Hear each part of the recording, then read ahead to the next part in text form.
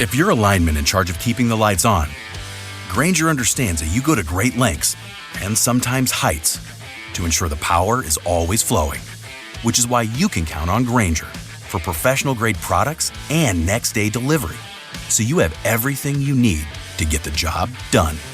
Call 1-800-GRAINGER, click Grainger.com, or just stop by. Grainger, for the ones who get it done.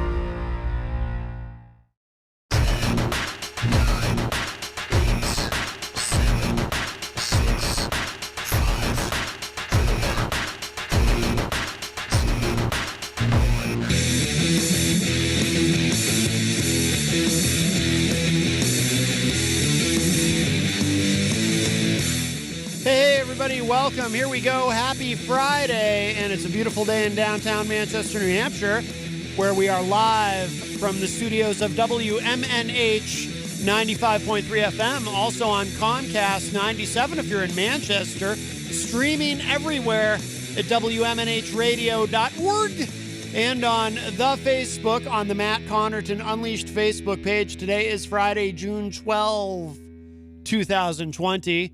And I'm not alone. John Hopwood is here at the news desk. Hi, Matt. How are you? I'm doing much better, thank you. Feeling like my normal self. That's good. And, of course, we are sponsored by the Hop Knot in the Brady Sullivan Plaza at 1000 Elm Street. Jenny is over there right now, so feel free to say hello. They have the wonderful outdoor dining there, and it's a perfect day for it. So, of course, they have delicious gourmet pretzels. They have craft beer. They have wine. They've got a new gluten-free beer, I believe Jenny was saying. Plus, personally, I just think it's fun to say the word gluten. It's one of my favorite words. Is it related to gluteus maximus? No, I think there's less in your gluteus maximus if you avoid gluten. But I'm not sure about that. It has nothing to do with Trump, the gluteus maximus of the United States. No, it does not. Or is that Pontificus Maximus? That's could be. That sounds very Greek. But Trump, of course, is Scottish, I believe, by heritage. Don't you insult me. No. We don't own up to him. Oh, my goodness. Well, I don't blame you a bit. We're going to be joined in a couple of moments by Professor Gabriel Goodliff, who called once before, and we had a wonderful conversation all the way from, is he in Mexico City? Mexico City. Mexico City, an international call. Very, very exciting. Let's see if his secretary can beat, because they have to make an international call, if he can beat Easy G, to the punch. Right. Is Easy G in Mexico City? I had no idea. I think he's down there for the international thumb wrestling competition. Oh, right. Oh, I forgot to give you your introduction music. I'm sorry. Oh, man, you got to cut that. That's from the old days. The old days? Yeah, because we don't do that innuendo. I'm not here that often. Let's pass. Just like you said about my shtick. Oh, my God. Not again. But it is true. Smoking guns are hot to the touch, and they would cool down if we didn't use them so much. The song I need is The Clash, I Fought the Law. Oh, that's a good choice. I'm a candidate for Hillsborough County Commissioner. Wow. Well, congratulations. And I'll be fighting the law. Wow. Well, as I always do. But according to the song, though, the law wins. I fought the law, and the law won. Yeah, that's the point. So you're going to fight the law, and the law is going to beat you. The person that I would be facing off against is, Is that really formidable opponent? Is that really the attitude you want to have, that you're going to get beaten? Who goes into a fight saying, "I'm going to fight the law, and the law is going to win"? How about the Authority song by John Mellon? Oh no, that's the same outcome. I fight authority. Authority always wins. Ugh. Clash. I fought the law. There's also the ska version, I guess. It's original. How about what about at one point we had discussed Warren Zevon, Excitable Boy. Yeah, but I'm taking on the legal system now. Right. What else is new? I know, right? Yeah. Well, very good. That's congratulations. Is that what these very important? You brought important documents with you. You look like Easy G with all this paperwork. Are you going to do it? Can you kill the stupid song? Are you going to do it? And it's about to fade out. That was for a different era. Hall & Oates during the 1980s, all their songs had long fade outs. Did you ever notice that? You probably never listened to one all the way through, so you don't know. Well, I had to. I was in a car driving across the United States. Particularly on the H2O album. All the songs have long. They go for the long fade out. That was kind of an '80s thing, I think. Well, I'm not an '80s type of guy, man. I know. Yeah. Well, no, you got through the '80s as far as music. It wasn't until what 1989 that you decided you were done with music. I can't remember. Yeah, but Was it '89 or '91? 91. Oh, it was '91. See, so you got through the '80s. With Yeah, but music. that doesn't mean I listened to popular music or bought it. Right. Well, that's classical and jazz. that's is more true. My, But Hall & Oates was so ubiquitous. By your own admission, you could not escape it. I remember you talking about driving across country, and it was just Hall & Oates right. all over the radio. Because going through a car, you only have, when you're driving 3,200 miles or whatever, you only have so many tapes that you have. And tapes wore out. And so you'd listen to radio. Yes. But I didn't listen to radio. I don't listen to radio for music or that. Not since I was a kid, probably high school. Oh, well, you're missing out. Well, we have a call. This is probably our guest. Hello, is this Professor Goodliff? Yeah, hi, how are you? Oh, very good. Nice to hear you, sorry.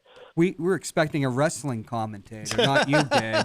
It's nice to hear from you again. It's been John had arranged a call several months ago, and that was a lot of fun. Enjoyed that a lot. But how are you? You of course are in Mexico City. Is that correct?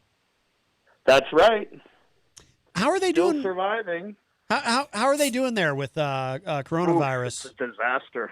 Is it really? The government's totally lying about the extent of the crisis, and so we have really no idea about the scope of the contagion, and the numbers are totally unreliable in terms of the number of dead, of infected. Sounds like the United States. It's a bad situation. According to a recent model from MIT, we might be facing, upwards of 130,000 dead by September, and the curve still, with the slope of the curve still positive. Wow. And I guess that too, I mean, I'm getting the impression because, for a long time, some were saying, well, the warm weather will help to stamp this thing out so much. But I'm getting the impression because in these warmer climates, like Mexico, obviously, where the virus is out of control, that maybe the warm weather is not going to help that much. Is your impression also driven by the fact that in states that have loosened up on the what do they call the restrictions, stay at home and everything? Yeah. Are suddenly having excuse spikes? me, Matt. Is there any way you can turn up the sound on your phone? There is not. No, that's no. He's not on a phone. All right. Well, sorry. Yeah. No, I'm trying to. Sorry about that. Let me just see if I can. Yeah. Maybe I can put it on my speaker at home. Just a second. Okay. Sorry. No problem. Well, that's exciting. Yeah, huh? he's hearing us through the soundboard. You're right. Yeah. So there's I don't know. It works well. That's one reason I think why a lot of people want to come to America are superior soundboards and phones, communication. Yes. When they can, why live in Mexico when you can come to the United States and you can just chat on chat radio? Right, without any impediments, right? Well, if you ask, hello, oh my God. Sorry, just a second. Okay, wait a minute. Forgive me. I'm sorry. That's okay. Gabriel's more middle class than I am, so he says stuff like, I'm sorry. Oh, right. Not like, I apologize, like I have to say to you like 3 weeks later. Yes. Although it's getting shorter, the apology. Sure. That's part of the therapy. All right, good. I can hear you guys now. I can hear you. You're on the speaker. Oh, okay. Gabe, why don't you tell the audience where you teach and what is unique about the university and its connection to 1968? What, you mean the UNAM? Yeah, tell the folks where you teach. Oh, the UNAM is the premier state university of Mexico, and in fact of Latin America. It's I think it's the oldest university founded in Latin America. It's founded by the Spanish. I thought that I thought they created a second. Century. He's wandering around. It was always a hotbed, moving forward of political contestation, and there was the famous Tlatelolco massacre. This isn't going to work. Gabriel, we can't hear you. Something like 30, 40 killed, but in fact, we're talking magnitudes. It's like me. Yeah. Except Gabriel, we can't hear you. Are you wandering around? Hello? Did we lose him? Hello, can you hear me now? Yeah, you can't wander Much- on a speakerphone. Much better. Were you wandering? That's John's theory. Yeah, I think I was wandering. Sorry about that. That's okay. Let me get a show. He's worried. Yeah, anyway, so I was saying, the UNAM has always been a kind of, it's a public university, the largest and the oldest in Latin America. Is that where the students And got it's been- killed? In 68? And in 68, there was a big massacre. Yeah. The prior to the Olympic Games, you'll remember that in Mexico you had the Olympic Games in that year. Yeah, I watched And them. then 2 years later, there was the World Cup, and there were all sorts of building projects that were put into place by the state, and the government also wanted to make sure that all these things would go by smoothly, right? And then 1968 was a year of radical ferment, and including in Mexico. And what happened is that the Mexican government basically ordered a protest to be brutally suppressed. Yeah, by troops. Who In order shot to, and resulting in the deaths of hundreds of students, in order to send the message that no such manifestations or protests would be tolerated during the conduct of the games. And this is very much in keeping with Mexican politics at the time. I mean, we're talking about effectively a one-party state, Right. a semi-democratic regime in which the Institutional Revolutionary Party was always won elections. Right. The first time it ever relinquished power since the Mexican Revolution of 1910 was in, I don't want to say anything stupid. What was it? I think in 2000. Wait, it's a sexennial. Forgive me. Let me count. Yeah, Oh, we that's- aren't really asking you about that, we don't. Gabriel. We don't need to do a deep dive on that on afternoon radio necessarily anyway. But we do have someone on the Skype with us as well. Go ahead, introduce yourself. Why, hello, it's Andy Barker. Hey, Andy, how you doing? I'm doing well. I have absolutely nothing to contribute to the show. I just wanted to call and be a rebel. Oh, okay. Well, we're talking with Professor Gabriel Goodliff from Mexico City. If you have any questions for him. Buenas tardes, señor. Oh, is that like actual Spanish? Professor, are you still there? I don't think we can hear Gabriel with that. We should be able to. Why not? Well, if not, I'll hang up. Wait. Sorry. Oh, Can you hear me? yes. What happened? Yeah, sorry. I think my phone was silenced by accident. Sorry. Oh, Anyway, okay. Well, we haven't really. The thing was about Gabriel. I asked him on. Is Gabriel is a expert? Wrote a book, which I indexed, by the way. Oh, that look at you. Oh, that about fascism in France. But Gabriel also is an expert on when we think about the 60s and the anti-war civil rights here, which culminated really 68 with the Democratic National Convention, where there was the riot that really rendered the Democratic Party apart, which we were talking with Professor Detmer Wednesday. In Paris, there was a similar, in America, we always think about it was a student uprising, but it's actually a general strike, which intended to bring down General de Gaulle, who had come to power in 1958 in a coup d'etat.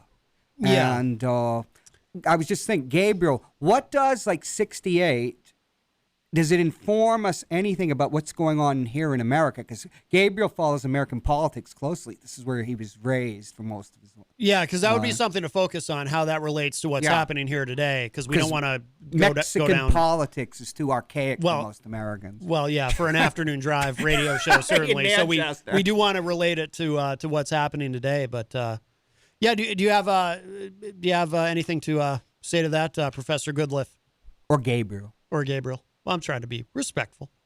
I don't know him like you do. I didn't index his book Or drink with him. or drink with him. Did we lose him again? I did try to teach him some stuff about writing, but I don't think never taught him about how to use a telephone. Yes. I think we lost him again. Well, we have Andy Barker here. Wait, hello. All right, I'm going to hang up. We keep losing him. That's too bad. Well, hello, Andy Barker. How are you? I'm doing wonderful. How are you guys? Good, good. Has John Hopwood indexed your book? No, but since he brings that up, John, are you an editor? Yes. Yes. Yeah. Y- Yeah. Uh-oh. Can't hear you guys. You can't hear us? Nope, there we go. And No, I've gotten feedback that they can't hear us on the. Nothing I cable. can do about that. Yeah, you can't do that. I got it now. I hear you guys now. Oh, we have a call. Maybe this is the professor calling back. Hi, is that you? Yeah, it's me. I'm sorry. Okay. Are you drunk? No, I'm not drunk. You've hit the It's too early mescal. for me, John. You've hit the mezcal early, right? Now my No, plans. I'm not hitting anything. Now my plans to come down there are shattered by the COVID situation. Yeah, well, I don't think this is a safe time to come down here. Anyway, you were asking me about 1968 and the relevance. Was You know, something I we- think there's a lot of echoes of what happened in 68. I would say probably the most interesting resonance for me is that this is really a generational kind of conflict like we saw in 68. The most striking thing to me about the riots, I mean, John talked about the Democratic Convention, and that's obviously true, but 68 is actually also remembered for the long, hot summer of 68. Right. Where yeah. rioting broke out across the American inner cities, you know, on an epic scale. And this recalls what happened. But if you look at the composition of, you know, the people who were doing the protesting and the rioting in 68, this was entirely conducted, as far as I know, by minority communities, right? I mean, those riots were about the situation in the ghetto. Right. They were called race riots. Their first one They was, were race riots. Right. And it's They true were that called there was, that. you know, Right. unrest and so forth surrounding the Vietnam War, but you can really keep those things separately. At least, Yeah. you know, only a few marginal groups like the Black Panthers, et cetera, were, you know, really bridging those two spheres or those two spaces of protest. That's right. Whereas today, what's striking to me is the interracial composition of the protests. But- And the number of white people who are participating in these protests. But that was In many cases, there's more of them than minority protesters. Yes. that At least has this is what I'm telling you. This is anecdotal. I'm seeing that on the TV. that has been observed, yeah. But this is also too. I mean, in '68, obviously, you know, they call it the long hot summer because that's something that There was went on, and it was much 65, more. 66, Okay, let me 67. so, right, yeah. but Yeah. that was with much more intensity, right? Because I'm getting the impression that as far as the rioting and violence here, I think it's already starting to. I don't know if peter out's quite the right way to put it, but it seems like it's already declining. Yeah, it is, but I mean, it's still pretty significant. I mean, sure. the unrest, the scenes that we saw in Minneapolis and across American cities, I mean, you know, police cars being burned, riots breaking out in New York. I mean, this is the first time New York City has had a curfew since 1945. No, 43 when there was an African American riot. Yeah. 40. Harlem. I thought it was 45 in the context of the war. Oh, but anyway, VE Day, yeah. I mean, it's like been 70 years or something. Right.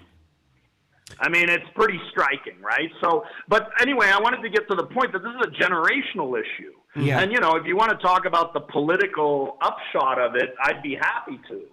Oh, please, yeah. You know, I'm really interested to hear what you guys think about what this bodes for the Democratic nomination and the and you can already see there's big fights that are emerging between, you know, an increasingly assertive and, you know, progressive wing talking about defunding the police and so Right. forth. Oh, yeah. And much more cautious establishment types who are trying to roll back, you know, the policy upshot of the protests. Well, Biden has already come out and said no on defunding the police. Yeah, of course he has. But there's also Of course he has. But where does that leave him for November, do you think? There's also, I mean, we need a definition of terms, and you don't have to do that, John. You can just say it. Well, we just saw that the front runner as Biden's running mate, Kamala Harris, is now Kamala Harris, Yeah. who had already been written off. Where before it was Amy Klobuchar, Yeah. who once George Floyd was murdered by a police officer who had a long history of complaints, one of which she failed to prosecute. Yeah.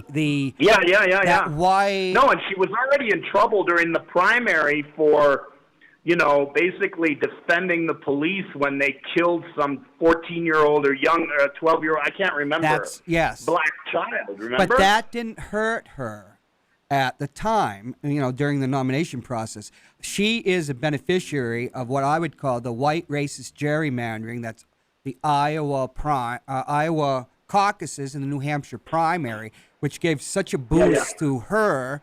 And a fringe candidate like Mayor Pete. And remember, Joe Biden has a great deal of African American support, which to you and Professor Detmer, they kind of wonder why. And he barely was able to reach the firewall of that in South Carolina because of this, what I would call system of racist gerrymandering. And so we already have seen such a significant change in things. We've seen it in politics and in culture. Can I ask you a question? Getting back to what I was saying earlier. Yeah. I mean, the generational aspect of this.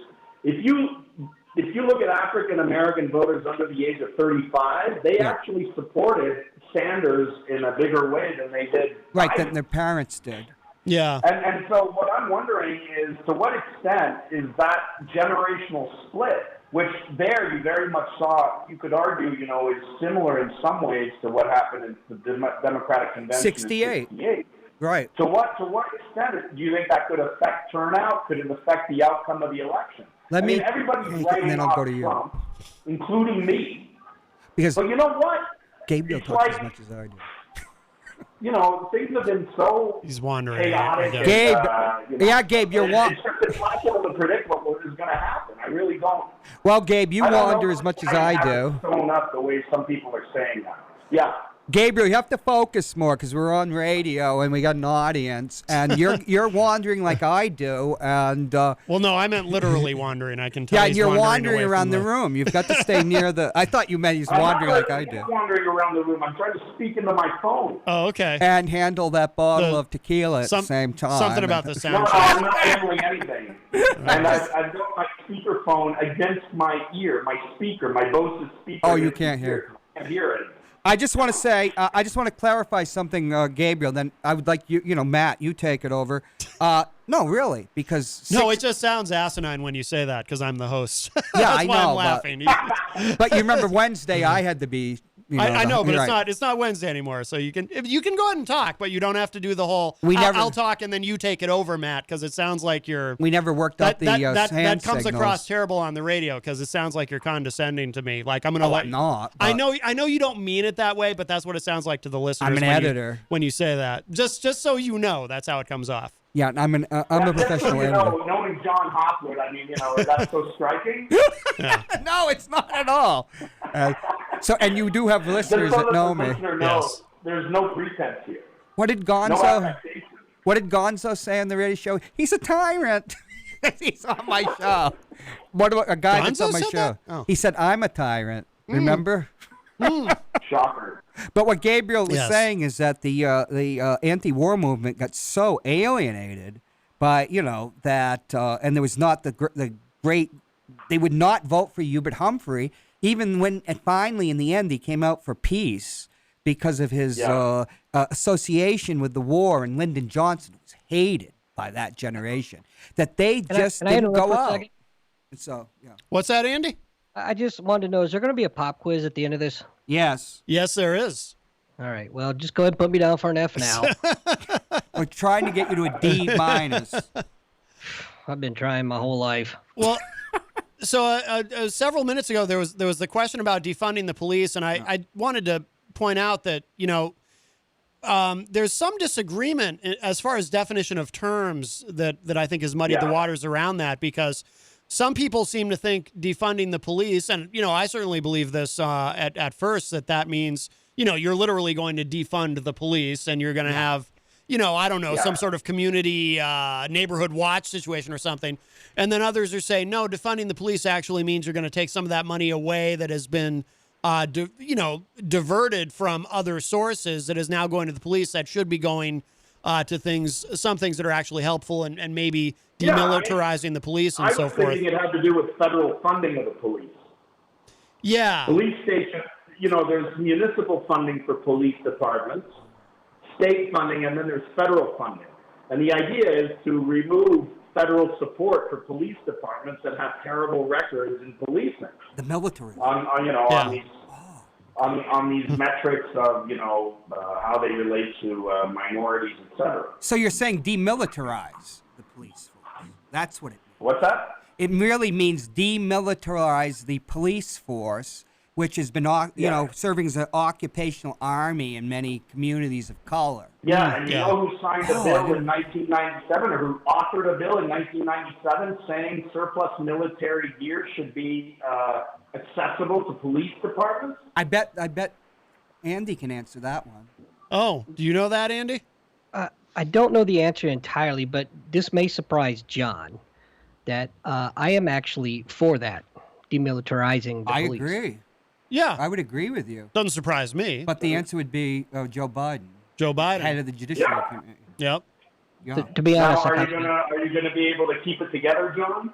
Sure. That I would dare point this anomaly out on the air and thereby, erode Biden's credibility? I think Biden's going to win anyways because we know he's a one-term president. president. I think he is too, but I don't know, man. I'm just worried.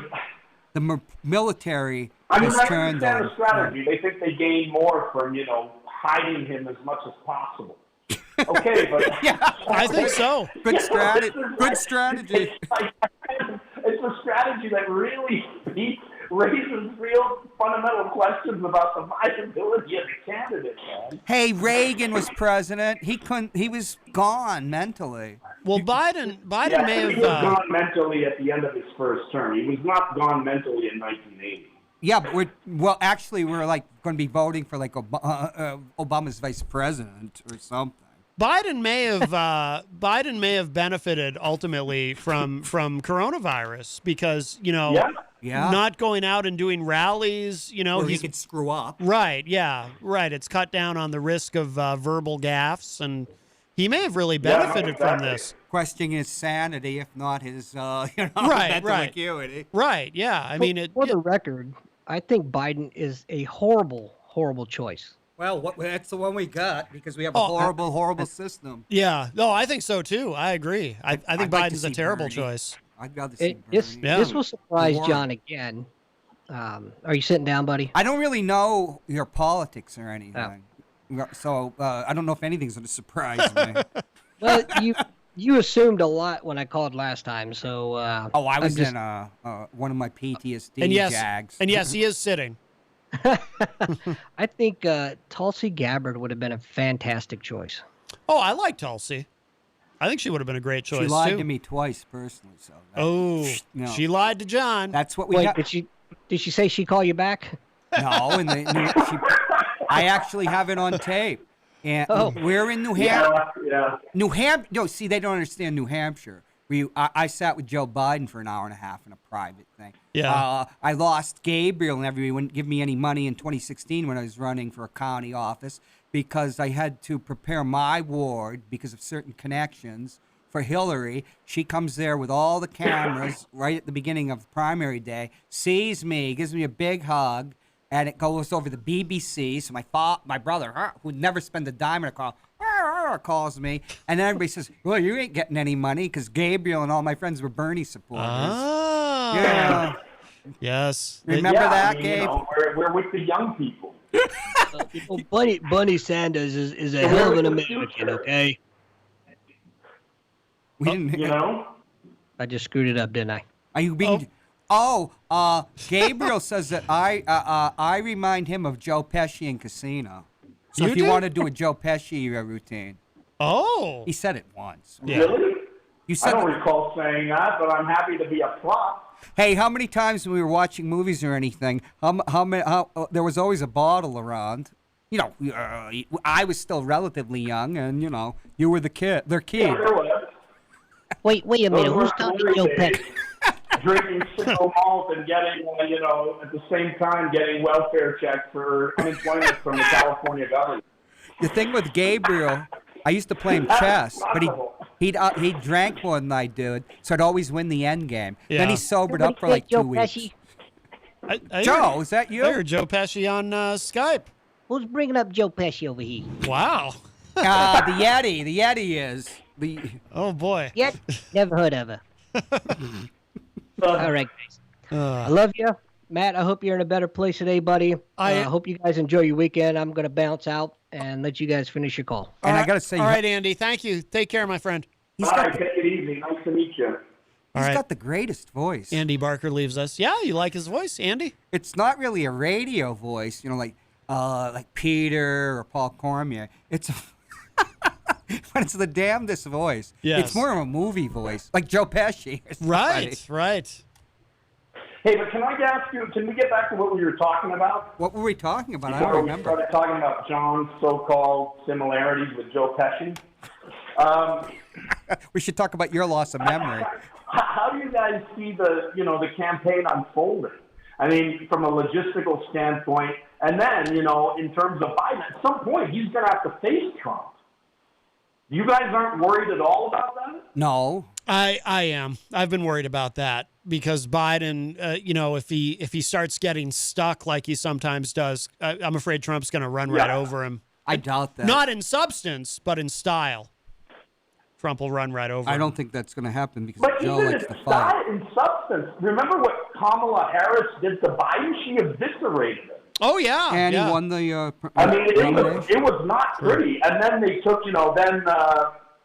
maybe Bernie's greatest mistake was not going after him and burying him after Las Vegas.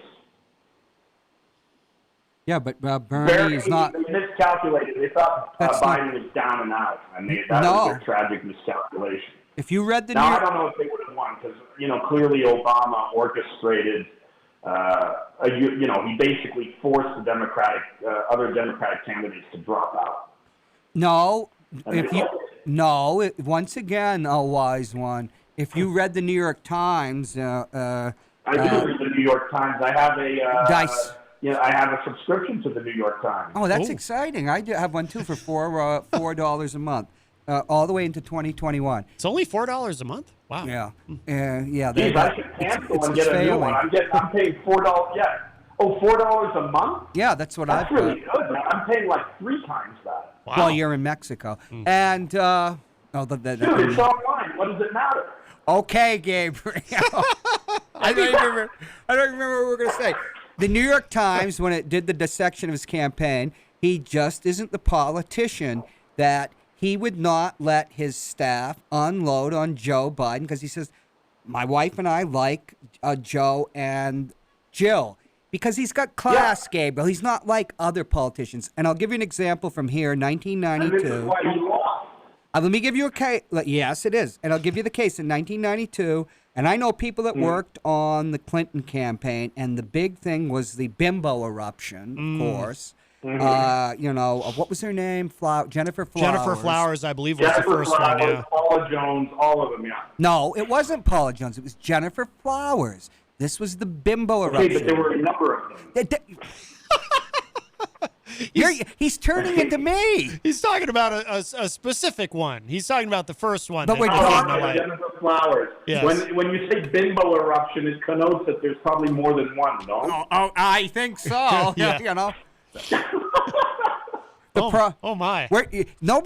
Nobody understands the New Hampshire primary. They don't understand what goes on here. That these candidates bond with people here and actually critical to them winning. That's why I'm writing the book. We Pick Your President. Yes. But that's the thing they're having to deal with. But the other major issue was the draft because this was the Vietnam generation coming of age.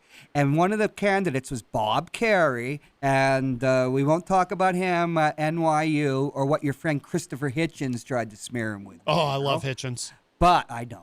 But he's gone. But well, that's true. Yeah, but he was a big Vietnam vet, right? Kerry was a Medal of Honor winner. He had been a SEAL, just like your father, Matt's father, was a SEAL in Vietnam. He'd lost part of his leg. The reason they say that's right. That's right.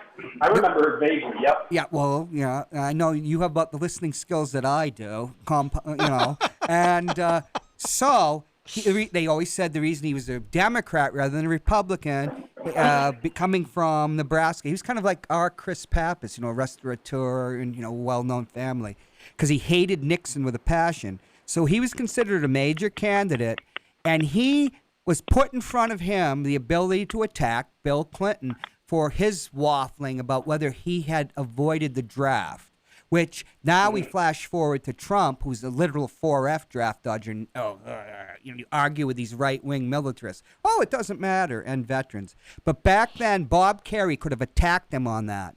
And Bob Kerrey, when they were talking about whether Hillary Clinton could get through the New Hampshire primary in 2016, which she couldn't, unlike her husband, who did, Bob Kerrey said, I didn't know then what it took to win because I would not criticize him for not going to the Vietnam War because of all the people who have been in the war who either lost their lives or were so horribly maimed, either physically or psychologically. And, of course, he was maimed physically.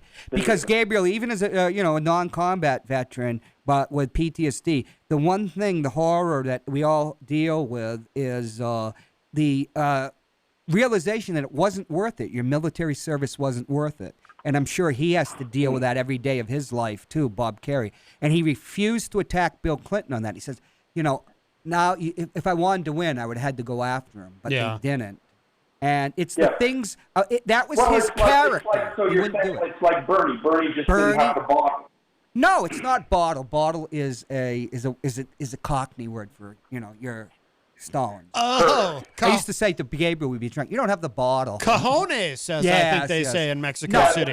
No. Well, no, but I mean, okay, call it what you will. No, you won't listen. Neither of them wanted to cross the line necessary to win. It's not the line. It's a matter of character. Thomas Hardy and the mayor of Casterbridge said, a man's character is his destiny. Yeah, okay, it's a line drawn by character. I understand. No. They didn't want to, they weren't ready to, go negative, so to speak. They had character. Bill Kerrey, he wasn't going to attack Clinton for something that he understood that was a personal decision he made because he didn't have any problem with him. Right. Threading the needle to stay out of Vietnam. And Bernie is the most.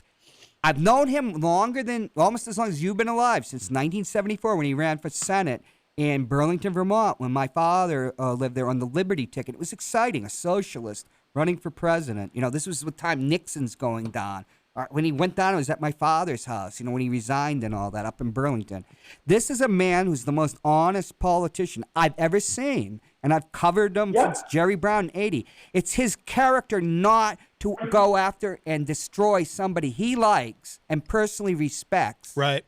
Because he's not a WHORE parasite politician that would say or do anything. Well, even with Hillary in 2016, I mean, it always felt like he was kind of holding back a little bit. I mean, he'd go at her, but not that hard. And after that, he worked hard for her, and then she lies about it. Right. And if you remember, so do a lot of others. They brought up. I mean, you guys are on the Twitter storms, but geez, and Bernie is still the devil. He is working hard for Joe Biden. And he's even created a PAC to help him. And people are saying that I know, he's betraying and stuff and that. But he has the moral suasion. But remember, during one of the debates, they came up with the question that Hillary Clinton had said, nobody likes Bernie, never did a damn thing. And you remember Joe Biden went over and hugged him with that big smile of Joe. I remember the big that, Irish smile and the blue eyes. And Klobuchar said, Bernie and I have worked on a great deal of legislation and got it through, and that's absolutely not true. Yeah. Are you the one that told me that Klobuchar was the stalking horse for the Clintons and had her, or is that Tom Massengale? No, I don't know. Kamala Harris is a conservative. You remember she got elected. Well, you were. Dude, that's another question. I mean, her prosecutorial record in California is not. There's a lot of things there that progressives could take issue with. She was the particularly conservative in this context. She ran against that liberal, that ultra-liberal Irish American, I think he's still there, DA, and to put people in jail, put them in jail. Oh, yeah. Which, and she being part African American, identifying African American, decriminalizing weed. Right. On a lot of issues, she was fairly conservative. Yeah. Right. And Martin O'Malley, when he was campaigning in 2012, was quite close to local politicians because he's been here many, many times. Oh, yeah. But for this COVID situation, Kamala Harris, it would be here in Manchester on Friday at the Democrats' Flag Day speech, which was a traditional, starting the 2024 campaign. And Stacey Abrams has already had, a virtual meeting with Democrats because she can't come here, and I tell you, Kamala Harris does not have a good record when she was tough on crime. She got elected as an anti-liberal. Of course she was. Yeah. She's the 1990 playbook. She's following the Clinton-Biden playbook, dude. What do you think? Oh, dude. That was part of the third way. It was a key element there. Yeah. On crime and on foreign policy, too. We need to be neoconservatives. When she was starting to criticize Biden, it was kind of, that's a type of opportunism. But yet... Yeah. It was opportunistic. Of course it was. I don't think she really believed what she was. I never felt like she really believed what she was saying. No, she's mainstream black bourgeoisie. Like she'd say to Biden in one of the debates, I don't think you're a racist, and then she goes on to explain why she basically is accusing him of being a racist. Well, I can actually say, because I've been writing about this, and we're not going to go about who or what, for reasons, but about a person. Is he a racist? I can't say that he is. I've seen the person, crying when he's talking about how the African refugees took the project he grew up in, did a beautiful job, had an African-American employee. But is his behavior racist? To me, because I'm white, and I have the Invisible Man in 1952, Ralph Ellison, was a black person who's not seen. Now, the Invisible Man is the white person who can just fade off, become invisible in the whiteness, that we've created. So I can't speak. But, I can only speak as a white person. Well, let me ask you a question, Hopwood. Was the 1994 crime bill a racist bill or not? Well, I'm going to tell you what I started with 2012. Was Biden's call for busing, or again, his resistance to busing in Delaware, racist? I'm sorry, in the present day and age, it doesn't sit well, does it? Yes, but you're talking about... the 1994 crime bill and the mandatory sentencing laws that it entailed. Well, between crack cocaine versus powder cocaine. Well, sorry. Well, how do you see this but as nothing but racist? 43 years ago, I think people can change or whatever. People do evolve. George, we even saw it in George Wallace. I don't think that Biden's a racist in the same way that, David Duke is a racist. Of course, that's right. But you know what? In practical terms, he did a lot of harm to minority communities. Well, busing, you didn't live through it, and it destroyed the school systems of cities. That would be a thing for 2 hours. The school system, it turned America into the biggest carceral state in the world, where in both absolute and relative terms, we have more people in jail in the United States than China and Russia. And I think we've had that for... Sorry. I think we've had that for a long time. It really exploded. That really happened under Clinton. Well, as a result of the crime bill. Why I was talking about 2012, and you're talking about Kamala Harris, who, unlike you and I, actually does have a certain weight when it comes to African American issues that we don't. Right. In 2011, 2012, when he had his campaign. And remember, he was called out by people before Black Lives Matter. I think Black Lives Matter might have already existed, but it certainly came of age in Ferguson. No, it didn't exist. It was formed after the Ferguson the Ferguson standoff, and that was in 2015. 2014, I think. But 2014? Well, yes. When it was in 2014. Then I'm sorry. Yeah, this is exciting radio. I think it was 1968. But no, that first riot was in 64 in Harlem. Yeah, this is a popular show, Gabe. We're going to get your book, another couple of sales on Amazon.com. But Good. Anything helps.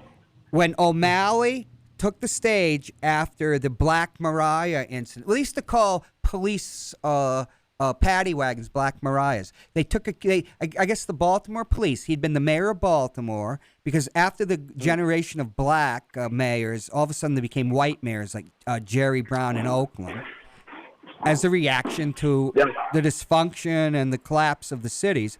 But he was the mayor of Baltimore, then the governor of Maryland. I guess the Baltimore police had a habit of just taking some kid off the street and beating the living hell out of them, throwing them in the Black Maria, in the paddy wagon, and just driving them around. Yeah. And that kid died. And Freddie Gray. You're talking about Freddie Gray. Yeah, they broke his neck. And when O'Malley was at one event, two black women rushed to the stage, and Black Lives Matter. So Black Lives Matter did exist intellectually then, because it was created by African-American intellectuals, because I know a couple of them, but, I can't tell the time. And he said all lives matter, and he had to apologize. But when he was here networking with, in Lily White, New Hampshire, and everybody in power here is a white person. Is. He said that the African Americans in Baltimore thanked him for cleaning up the city. And then we could bore the living hell out of all Matt's audience by talking about the divide between Garvey and Dubois and the black bourgeoisie. And, but hey, you don't have to do that. You know what? American cultural Good, we don't have to do it. covers this beautifully without getting into Dubois and Garvey and... Can you imagine what it's like to be around us? The other one, who is the black defender of the black bourgeoisie, basically the black entrepreneur guru? Who? Well, what area are you talking about? Garvey's. In the interwar period. Oh, you're talking about Booker T. Washington. Booker T. Washington, exactly. Right. Sorry. Okay. No, you obviously watched The Wire, right? Yeah, that was a great show. It's all about Baltimore. It's all about O'Malley, and it's all about, the black people. Which black people? We're talking about the black bourgeoisie. Right. There is a split in the community of black bourgeoisie. The big divide for me is between Martin Luther King, who was much more of a bourgeois politician, and Malcolm X, who really had the hearts and minds of the black and of the ghetto black. That's That's romanticization. That's romanticization. You don't really know the history of the time, Gabriel. That's after the fact. I don't know. I've read enough of both to see, where their political penchants were. And but in that sense, Malcolm X is a much more, seemed to me, a much more radical, he was radical and clear-eyed about the black condition in America than Martin Luther King. That's a whole nother subject. But we talked about on Wednesday, I talked about Bill Kunstler telling a story about Martin Luther King. Of course, he's a member of the black bourgeoisie. Well, we're coming up on the top of the hour, so Gabriel, we got to start to let you go. But yeah, because you're boring us all. No, it's, all right, sorry. No, it's not that. He's my kid brother. Okay, all right. I didn't want him to think that I thought that. No, Matt, don't worry. I've been dealing with this guy's harassment. I mean, you should see the email he sent me today about Louis Althusser. Oh, so that's how we pronounce it. All right. Well, very good then. Well, I appreciate your call all the way from Mexico City. Please stay healthy, and we will do this again. And please. Absolutely, Matt. Absolutely. And I enjoy very much this banter. I hope your audience isn't going to be turned off. Anyway, let me know if you need me for another show. I'm happy to come on if I've got the time. All right. Wonderful. I don't know about that. All right. This one, you're going to have to raise your act. All right, my friend. Take care. All right, you too, and have a good time. Be careful. Stay safe. All right, we will. All right, bye-bye.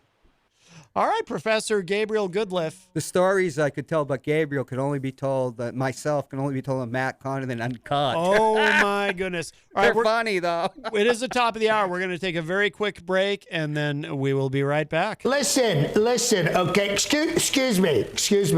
All right, are you ready? Don't forget, we have the most cases in the world because we have the most testing. When you test, you find something wrong, right? Like a pregnancy test, like, oh crap, I'm having a baby. No one wants that. That's why we're number one in cases worldwide. There's nothing to do with anything else. We test more people, so we have more cases. And when you have more cases, more people die. People get very upset. I don't want to get people upset. That's why I don't like tests. I didn't like them in high school, and I don't like them now. If we didn't test, there'd be a lot less cases. Believe me, the numbers would drop right down. You would all be very impressed with the low numbers of cases if we didn't test, Now listen, you're all screaming for more testing. The fake news is screaming for it. Forget it. Why is everyone hooked on bad news? All right, if we test, you have a case. If you don't test, you don't have a case, okay? It's so simple. We can make the cases disappear. Take a person who's violently ill. You would say to that person, oh, they're violently ill. They might have the coronavirus. But if you give them the test, then you know they have the coronavirus. But if you don't give them the test, they don't have it. Plus, you save money. That's why I'm not a big fan of testing, because, one day you're testing negative, and the next day you're testing negative. Then suddenly one day you're positive. How did it happen? No one knows. It's a mystery. No one knows. Boom. One day you're positive. The day before you were negative. No one can figure this out. That's why it's better not to test, because, you get your hopes up. And then, you're hoping will be negative. And then one day you're positive. And that's a letdown. Not me. I always test negative because that little Chinese virus won't come near me. That's why I don't like testing. Testing's overrated. Testing to me is like, you go to a restaurant, right? Everyone says, oh, this restaurant's great. The food is fantastic. And then they bring the food out. There's a nice presentation. Then you eat it. And you think, well, that was very overrated. That was no big deal. And you didn't necessarily need it. And I think I should remind everyone, it worked for the military for years. Don't test, don't tell. Come on down to the Hop Knot at 1000 Elm Street, Manchester's premier craft beer and gourmet pretzel bar. Tell us more, Trudy. We make our dough fresh every day. We make a variety of styles of pretzels and serve craft beer, cocktails, and a few bottles of wine. We do the traditional pretzel, and we have multiple flavors for that. We also do stuffed pretzels, pretzel sandwiches, free dessert pretzels, and pretzel knots. The Hop Knot in the Brady Sullivan Plaza at 1000 Elm Street.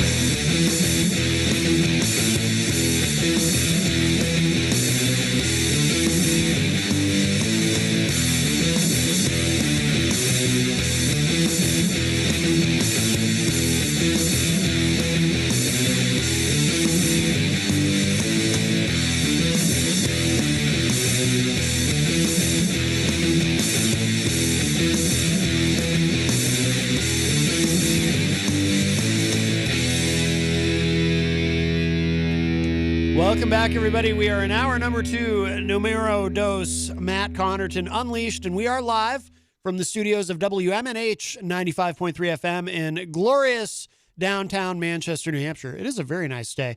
It is. And we're on Comcast 97 in Manchester, streaming at WMNHradio.org and on the Facebook on the Matt Connarton Unleashed Facebook page. It is June 12th, 2020. And John Hopwood is here as well at the news desk. Yeah, working on a manuscript. Oh, on a wow. Yeah, I'll read you one paragraph. Oh, yeah, go ahead. Black Lives Matter is democracy in action. Black Lives Matter is the exercise of basic rights fundamental to not just maintaining a democracy, but ensuring that it does not wither away. Fundamentally, Black Lives Matter is about growing the democratic political process, expanding democracy so that it flourishes all across society, so that this country truly is a democracy. They're your true patriots. And then there's another 10,000 words. I like it.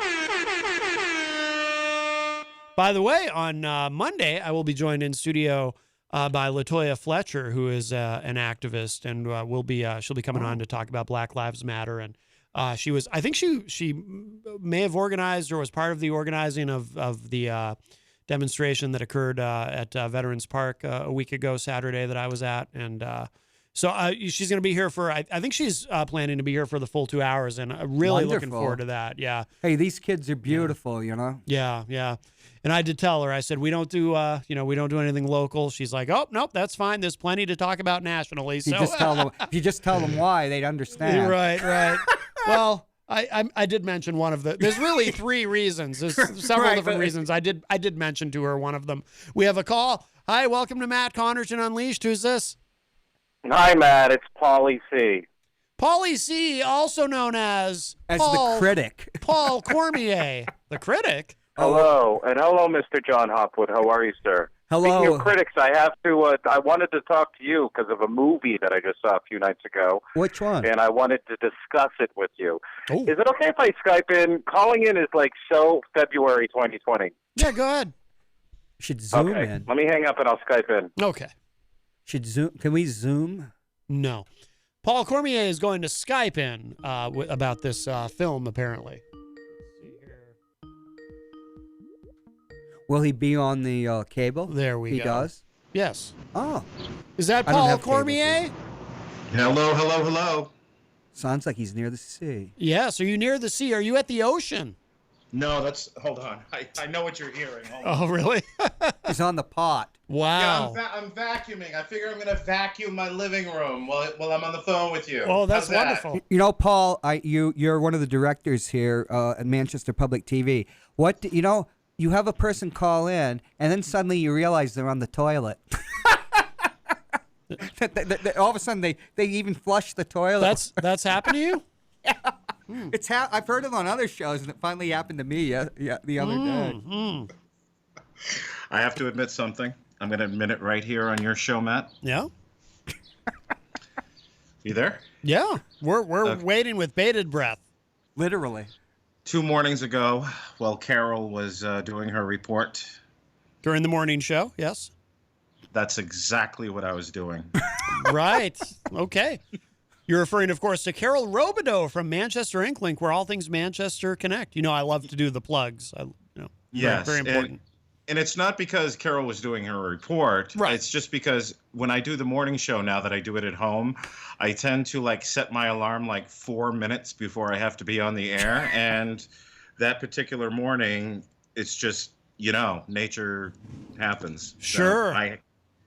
That's so like me. When you got to go, you got to go. I used to come Absolutely. in. When Paul used to direct my show, I used to come in 4 minutes before the show. Yes, you did. Yes, you did. I've heard that you've maintained that trend. Only the other day. A little bird told me you were more like 4 minutes late. So John, Yes. you know that I am totally into this whole thing lately with early 70s, late 60s movies. Because I've never really watched them, and I'm getting into them lately. So the other night, I took the liberty to watch In the Heat of the Night, Sidney Poitier. Oscar winner, 1967. I have to interject and say that is, if I were to compile a list of my top 5 favorite films of all time, that would have to be on it. I got to tell you, fantastic movie. Yes. Norman Jewison, who never won an Oscar, and he didn't win it that year because Mike Nichols won it for The Graduate, which made an ungodly amount of money and was considered one of those, big breaks with cinema, along with Bonnie and the Clyde. And they later gave him a Lifetime Achievement Award. But, Rod Steiger, who was a great character actor, So good. was at So the good. height of his powers. And I was young enough to remember Selma, Alabama, because you'd watch on TV the big, fat Southern sheriffs and the brutality against African Americans, including children, even though you don't really know what's going on because you're just a kid. But, of course, your sisters who are 6 or 7 years old are talking. So he, at that time, is playing the ogre of ogre, the Southern Sheriff. Yeah. Yeah. No, he was Quincy Jones did I think that's one of the first soundtracks he ever did. Great cast, Sidney Poitier, fantastic. Sidney Poitier was one of the great actors. He's a great actor, and he was a great movie star. He didn't get nominated for an Oscar that year because he had 3 hits. That, which is a great movie. To Sir with Love, which is, you should watch that. Because, Sidney, I think, was from Bermuda. That I've never seen. And then he got his citizenship by going in the American Army, like many immigrants. And but he plays a Jamaican teacher in the slums of London.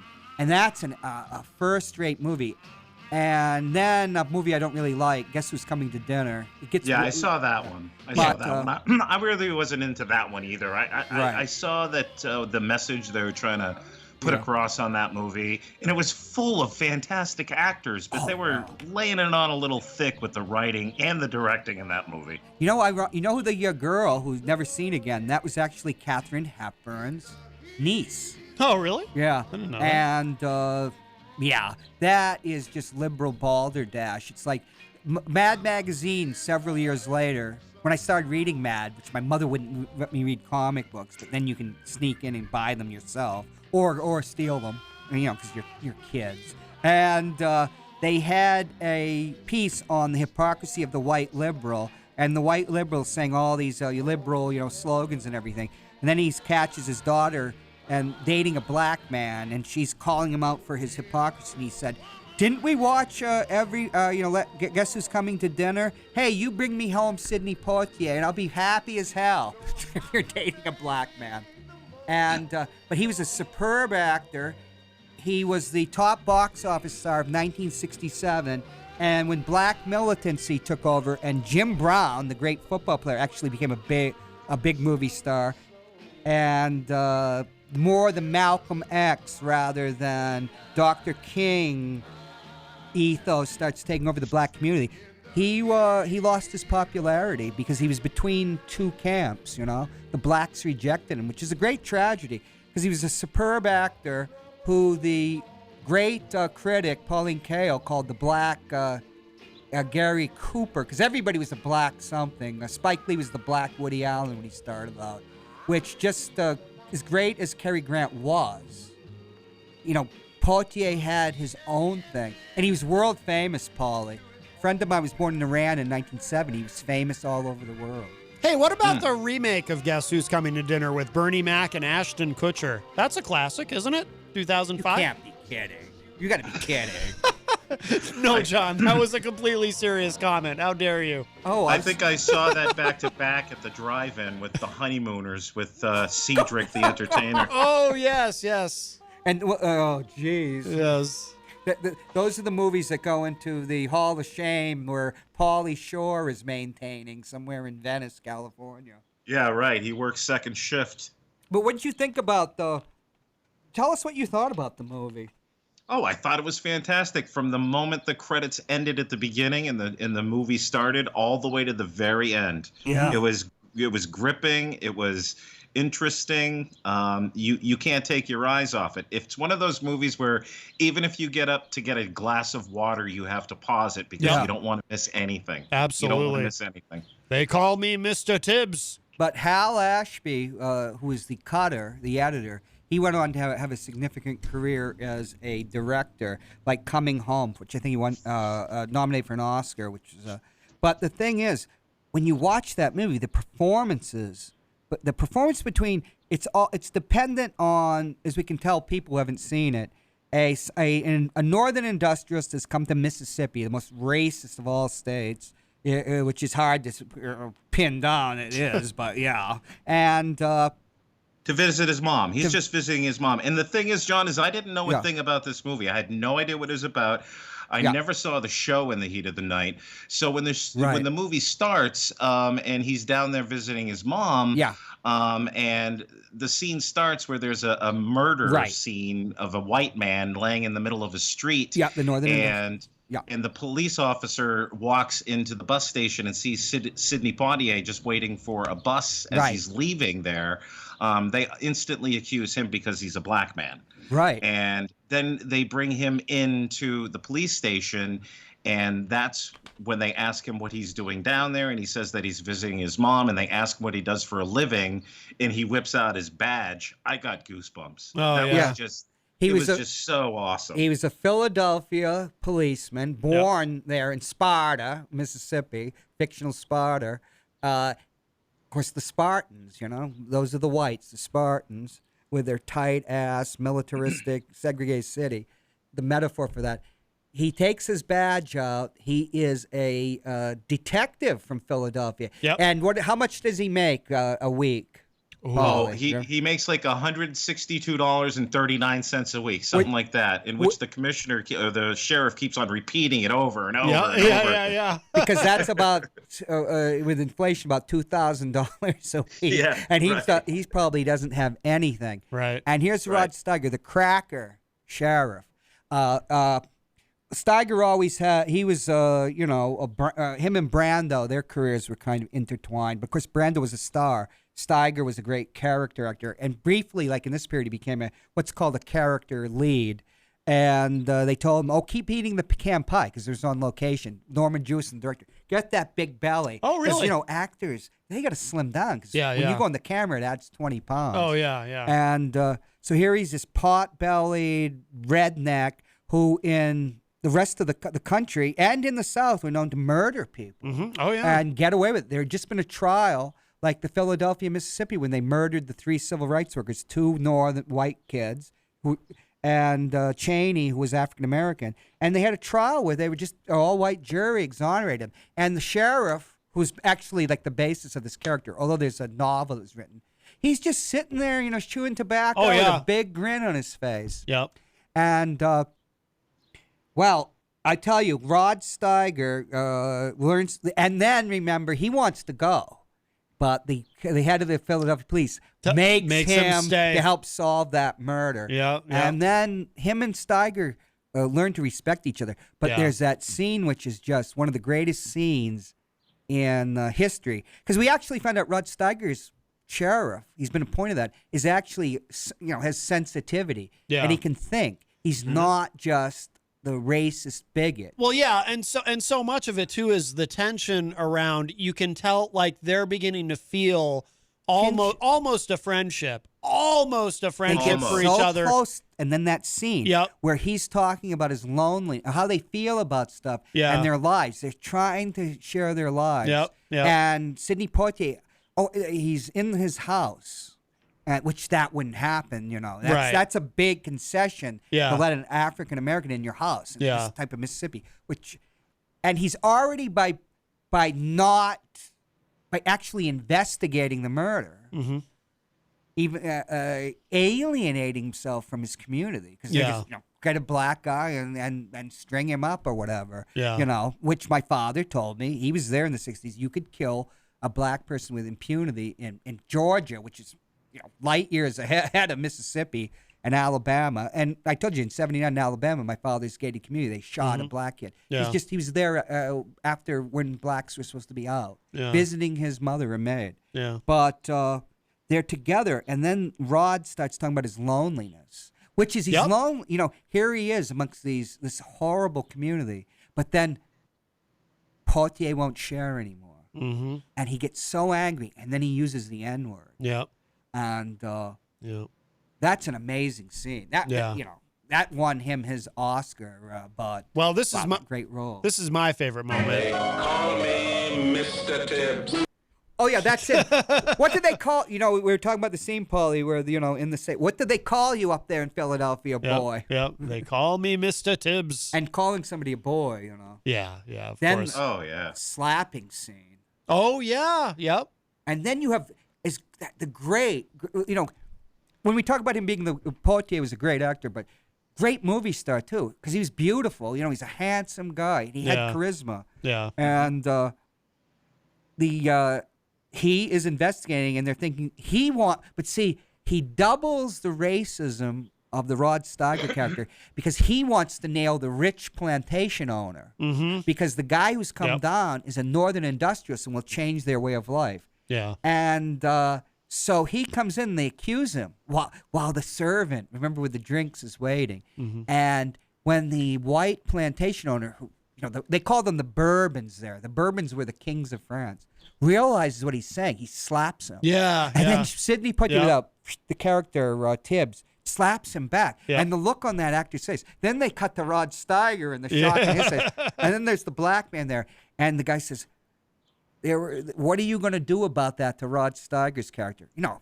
Yeah. And I says, I don't know. Yeah. That's the end of his career and everything. Yeah. Because there was a time when I could have had you killed. And of course, but see, his race, Sidney Poitier's justifiable hatred of the white industrialists. Because remember, that's when Rod Steiger gets him back for humiliating him. You're no better than I am. Which, right. in kind maybe, but not degree. Right, But right. yeah, that's a brilliant movie, Paulie. That's Yeah. why people think that 1967 was the watershed year when American cinema just, with its new freedoms, it just exploded. It lasted about to 75, when the greatest era in cinema. There's a sequel to that I've never seen, and It's I not think good. that's what everyone says. Yeah, it's not worth seeing. I think the sequel is Interesting. 'cause It's actually called "They Call Me Mr. Tibbs," isn't it? right. It's just the policier with it's just And then to make some money. is there even a third one? There might have been, but it was even further. It's Okay, just the character. They moved him to San Francisco. Yeah. Wait a minute. There's a sequel to this movie? Yeah, they call me Mr. Tibbs, but Yeah. they have the great TV actor who later won an Oscar playing Bela Lugosi, and I can't remember his name. I mean, it might be It's worth on my watching television. just because it's Sidney Poitier, but Yeah, it's a good. Watching it will not hurt you in any way Right. or form. Yeah. It's just you're expecting a sequel to a classic. But it's Yeah. like French Connection's a classic, and French Connection 2 stings. Right, You right. can watch it as a pot boiler. yeah. But it also deals with the racial issues, the killing of like a prostitute. But it's rather heavy-handed. Yeah. But Sidney's Poitier and who's that great actor that won the Oscar? He was Stephen originally Philbrook cracks Mission me up, Impossible. buddy. You see What him is- in the chat room over here. He says, "Oh my God, Paul finally is learning to appreciate good movies. Finally." This coming from a guy who made me sit in his backyard last summer and watch Con Air with Nicolas Cage on a big screen TV. Really? Oh God! And he was reciting it word for word. I can't say that's one I've ever sat through. I Yeah. left 20 minutes in. Hey, Miriam Banish made a really interesting comment in the Facebook live chat, and this is in regard to something you had said about, white liberal, hypocrites and so forth. She said, sounds like my own parents, very liberal, yet lost their minds when I got a ride home from a community college student from a male black student. Totally took me by surprise. Also wouldn't let me get comic books. Yeah, comic books. Well, my mother was born 26, and in the early 50s, they had congressional hearings with this professor who wrote, what was it called? Seduction of Youth. That, reading the old EC comics, which Dean Kamen's father illustrated for. Oh, really? Yeah, where they have like the old Tales of the Crypt and the old ghoul and stuff like this and the old witch. That was why people were juvenile delinquents. Reading these comic books, not because there was poverty, not because the schools suck or anything, or you don't have any future. You read a comic book. Yeah. So if my mother saw me in the comic book section, we're talking about early 70s, before you hit 12, 13, and you're on your own, she'd take them away from me. Yeah. That was her. How about you, evolution. Pete? Matt, were your parents ever uptight about anything? But if you wanted to buy something? No, my parents were really good about, I didn't care about comic books when I was a kid, but they never censored the music that I listened to. My mother, the more liberal of the two, because they split up, but I'd spend the summers out in Illinois with my mom. She did kind of, she let me listen to a Richard Pryor album on vinyl wow. and told me, don't tell your dad I let you listen to this because I'm not sure how he'll feel about it. He was funny. But so. he probably would have been okay with it because my dad just kind of assumed whatever it was, I could handle. I mean, he wasn't going to let me watch pornography or anything like that, Right. certainly. But he never. No, my parents were really good about. I was mature for my age anyway. They were really good about not censoring things or trying to, shield me from things. You mean, Matt, when you were 12 years old, your father didn't give you the stack, like a year's worth of Playboys, and say, here's sex education? He did not. Everything was airbrushed in my era. Well. Yeah. My parents were cool that way, too. I mean, you can look on my Facebook wall somewhere. I posted like 5-6 years ago. There's a picture of me when I was like in 5th grade on Christmas morning holding up Steve Martin's Wild and Crazy Guy album. Oh, really? Yeah. Yeah. And I was also going to mention Peter just the other morning.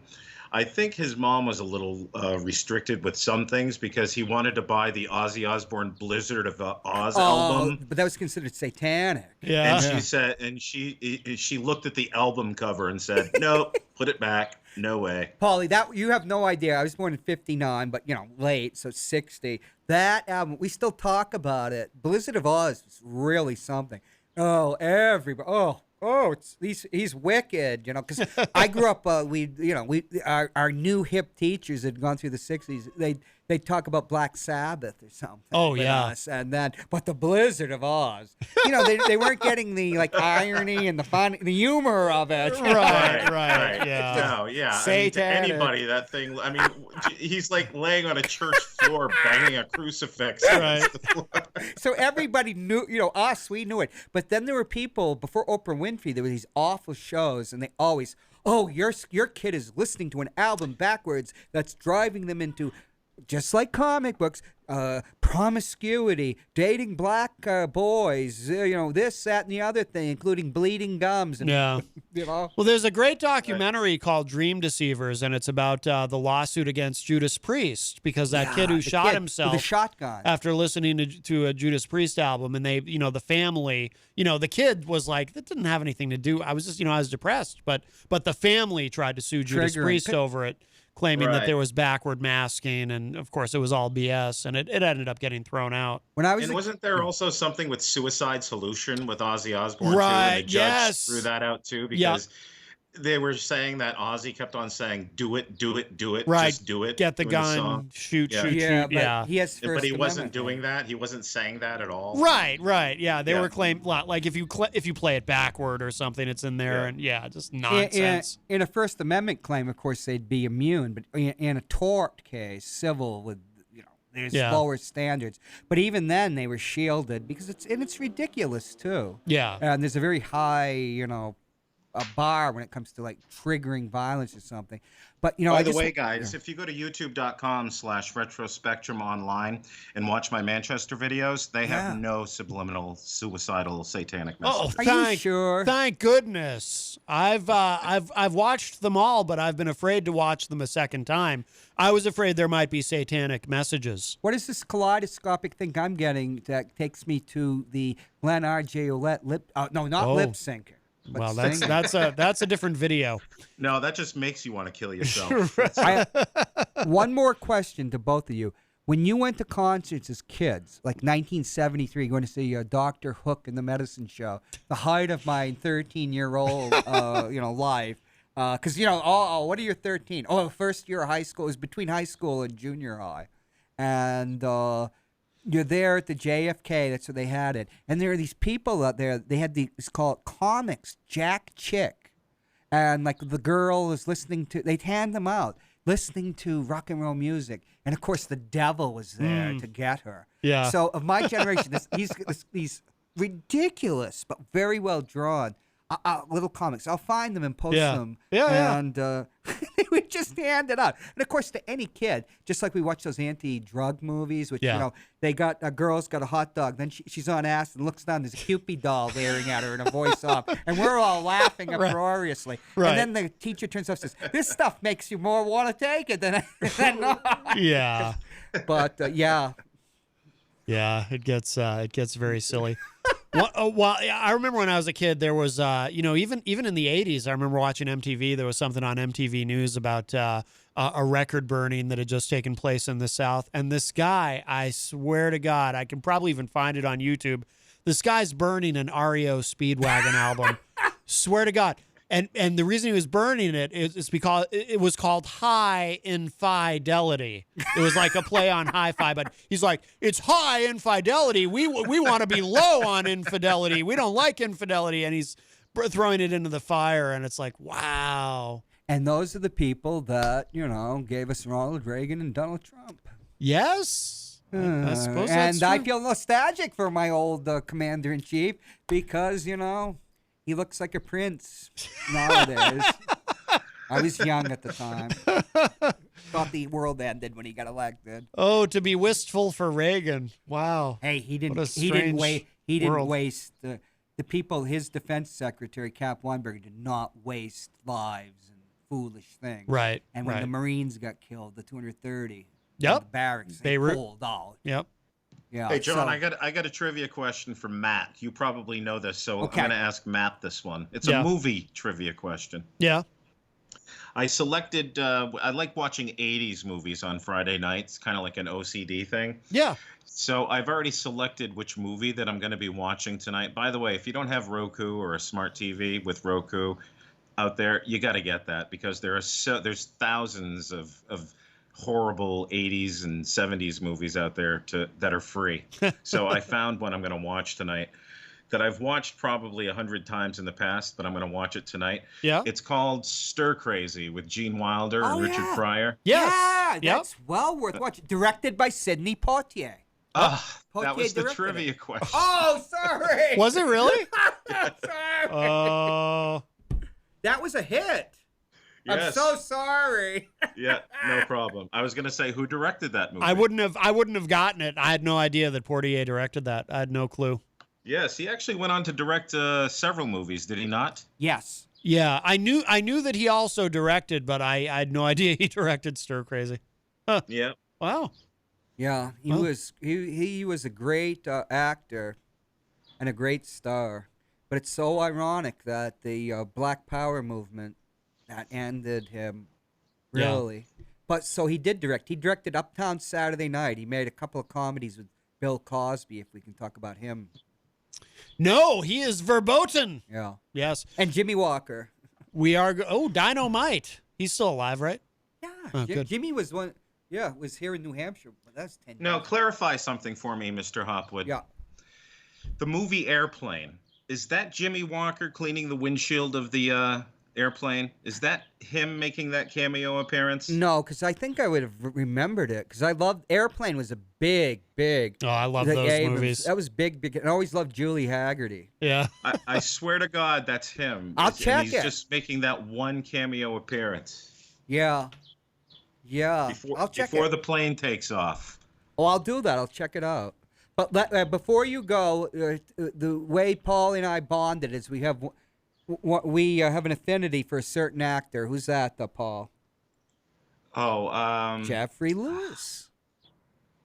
Jeffrey Lewis. Huey Lewis? Jeffrey Lewis.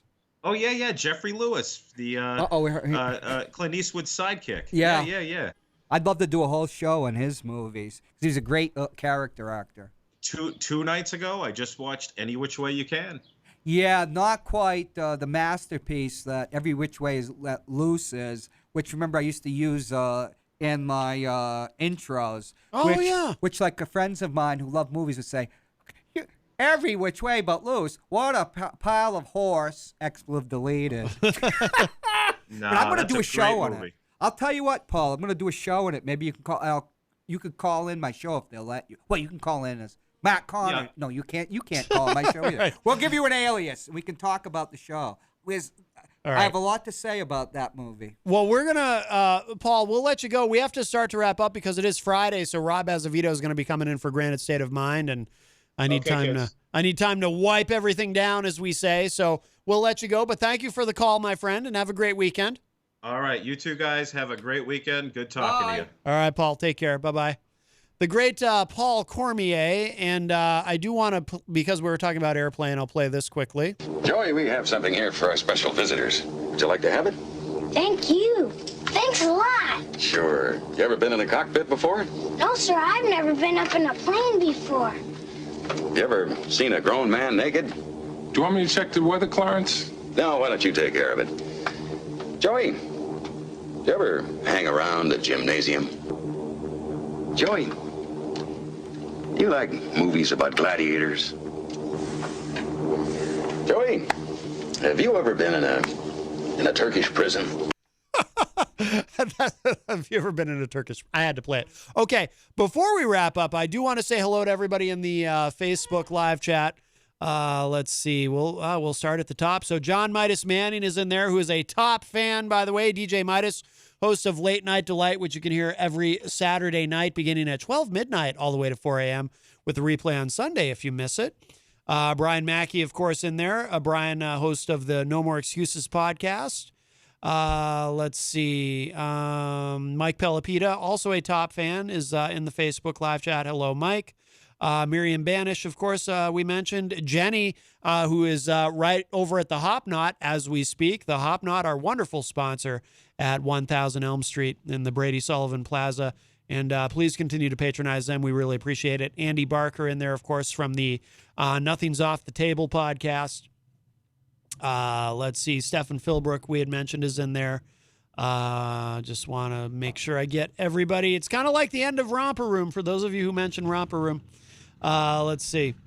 And of course, Heidi Hamer, the Honorable Heidi Hamer, joins us in there as well.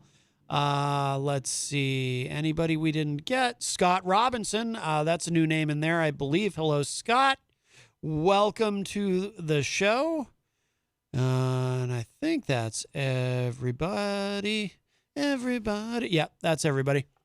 All right, and thank you again to our guest from earlier, Gabriel Goodliff, Professor Gabriel Goodliff, calling all the way from Mexico City. John, I noticed you've got your mask on. Good for you. Yes, good for you. Everybody, please, well, let's be honest. I think the general vibe of the public is, we're kind of done with this whole coronavirus thing, which is unfortunate because taking that attitude will lead to a lot of sickness and death this summer. And it already is, apparently, in other parts of the country. Yes, yes. So, anyway, so we have that to look forward to. All right, if you missed any part of today's show, it'll be up in just a little bit at WMNHradio.org. The phone is ringing. We'll grab this call really, really quick, and then we got to go. Hi, welcome to the show. Who's this? Hey, guys, it's Jeff Scumpy Lorenz. Jeff Scumpy Lorenz, how are you, my friend? We gotta go in a minute because Granite State of Mind is coming up next, but it is wonderful to hear from you. Oh, boy. Yeah, you know what? I'm on my way home from work, man. I put like 60 hours in this week. Yeah? I get past the toll booth, this COVID thing. Yeah? The people going north. Past the toll booth like 1 mile because I live in Concord, and I'm like in a parking lot right now. Oh, boy. People coming north, huh? Everybody's headed to the region. Everybody. Great. It's unbelievable. All right. Well, yeah. Well, I figured that would happen. That's why I said all along, I wish we would follow what Massachusetts is doing as far as reopening. We don't open anything until they reopen it because this is what's going to happen. We're going to be flooded with mass people, and we're going to see a... I'm telling you. We're going to see a giant spike. We're going to get a big spike. You're going to get a big spike in the COVID again. I guarantee it. Yeah, I know. People are just sick of doing their thing, staying home, and they're all just... They said, screw this is the summer. I'm going to do what I want to do. And I guarantee. Guaranteed. Yeah. Oh, yeah. Yep. But, yeah, I was listening, and I kind of lose the signal. But, yeah, The Heat of the Night, I've seen that. 67, that's a great movie. Great movie, absolutely. Definitely in my top 5. Definitely. All right, Scumpy. Well, listen, we won't keep you, my friend. It's Friday, so we have to wrap up early because Rob's going to be coming in for Granite State of Mind. He needs time to set up his guest and whatnot. Okay, guys. Okay, love you all, man. All right, you too, man. But Paul's still there. I love you, Paul. Hey, Hoppy. Always great to hear you. Stay safe. Peace out, brothers. All right, Scumpy. Take care, my friend. Bye-bye. The life you're staying safe for might be my own. Yes, exactly. Well, exactly. That's not going to help any. Right. Matt's on. All right, and LaToya Fletcher will be here with us on Monday. Oh, and Gonzo is going to be coming in on Tuesday next week. So, all right, that's it for us for now. Granite State of Mind up next at 6 p.m. with the great Rob Azevedo. Stay safe, everybody, and stay away from those Massachusetts people who are flooding our state as we speak. Oh, boy!